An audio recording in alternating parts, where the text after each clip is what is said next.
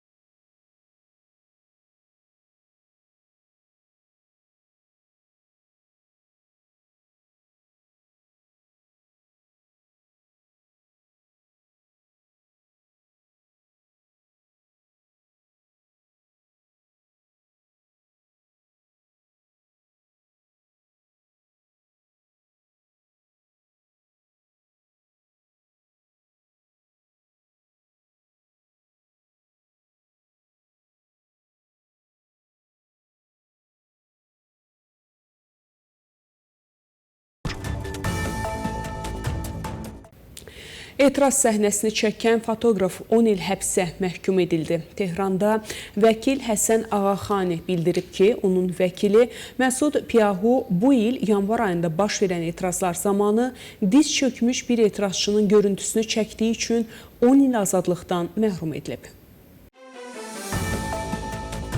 Vəkilin açıqlamasına əsasən həmin vətəndaşın saxlanılması 8 və 9 yanvardan əvvəlki dövrə təsadüf edir.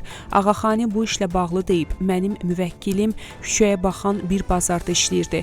Bir şəxs polis əməkdaşlarının qarşısında yerə oturur və Məsud həmin anı qeyri-iradi olaraq qısa bir video kimi çəkir. O həmçinin vurğulayıb ki, bu video ictimai yayım məqsədi ilə çəkilməyib və əvvəlcə onun Instagram hesabında özəl hekayə kimi paylaşılıb. Daha sonra başqa bir şəxs tərəfindən ictimai şəkildə yayımlanıb.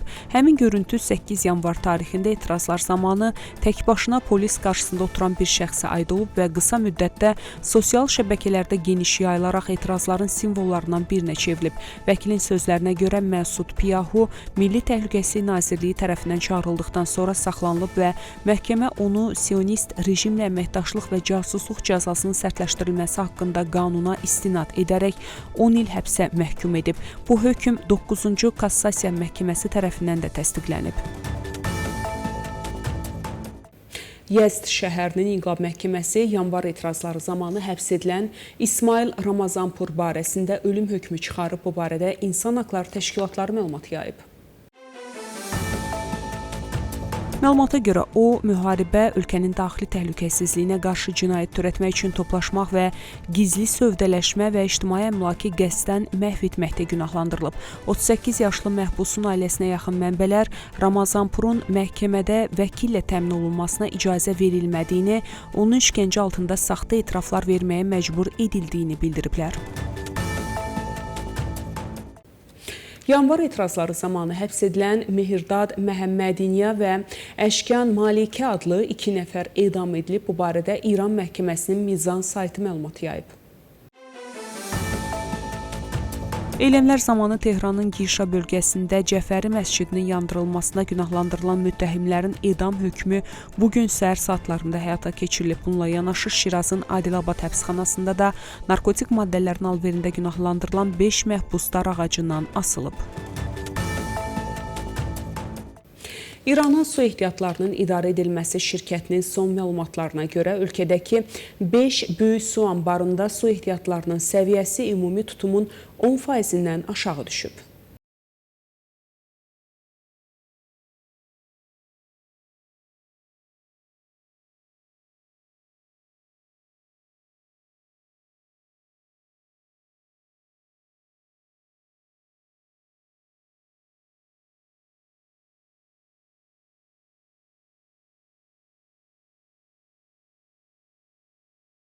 Olunur.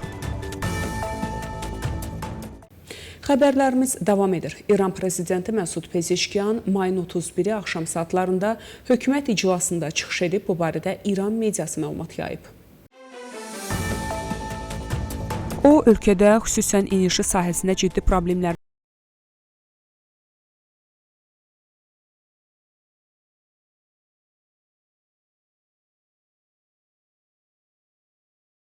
ya idarəçiliyi güclü şəkildə davam etdirəcəm və ya da şəhid olacam. Hər ikisi də mənim üçün böyük qələbədir. Qeyd edək ki, ötən gün Məsud Pezeşkiyanın istefa verdiyi barədə məlumatlar yayılmışdı.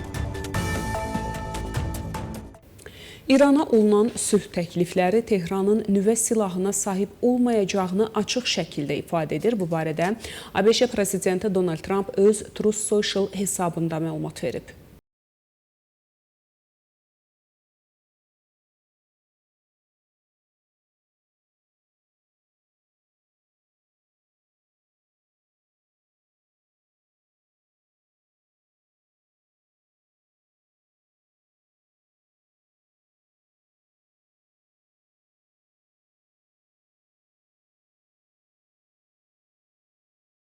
Trump yazıb. İran həqiqətən də razılaşma əldə etmək istəyir, amma məni tənqid edənlər danışıqları çətinləşdirir. Bu barədə ABŞ prezidenti Donald Trump öz Truth Social hesabında bildirib.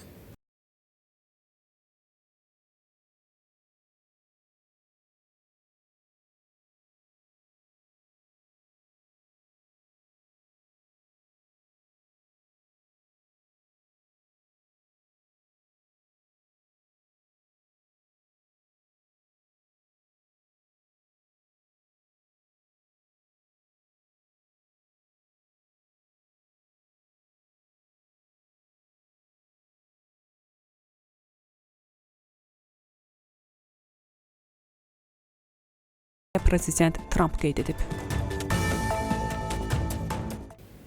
Amerika Birləşmiş Ştatları ordusu İranın dəniz blokadasına alındığı bir ay yarımda 123 gəminin marşrutunu dəyişdirib və sıradan çıxarıb. Bu barədə ABŞ Mərkəzi Komandanlığı məlumat yayıb.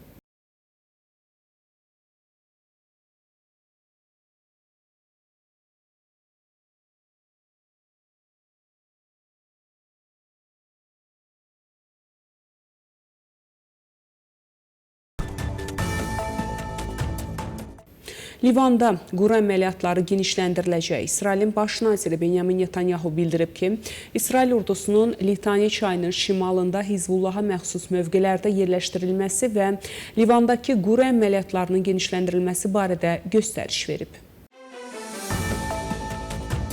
Netanyahu Bofort qalasının ələ keçirilməsini İsrail siyasətində əsaslı dəyişiklik kimi qiymətləndirib və əlavə edib ki, bütün cəbhələrdə təşəbbüs İsrailin əlindədir. Onun sözlərinə görə İsrail ordusu bölgədə hərbi əməliyyatları genişləndirmək və mövqelərini daha da gücləndirmək niyyətindədir.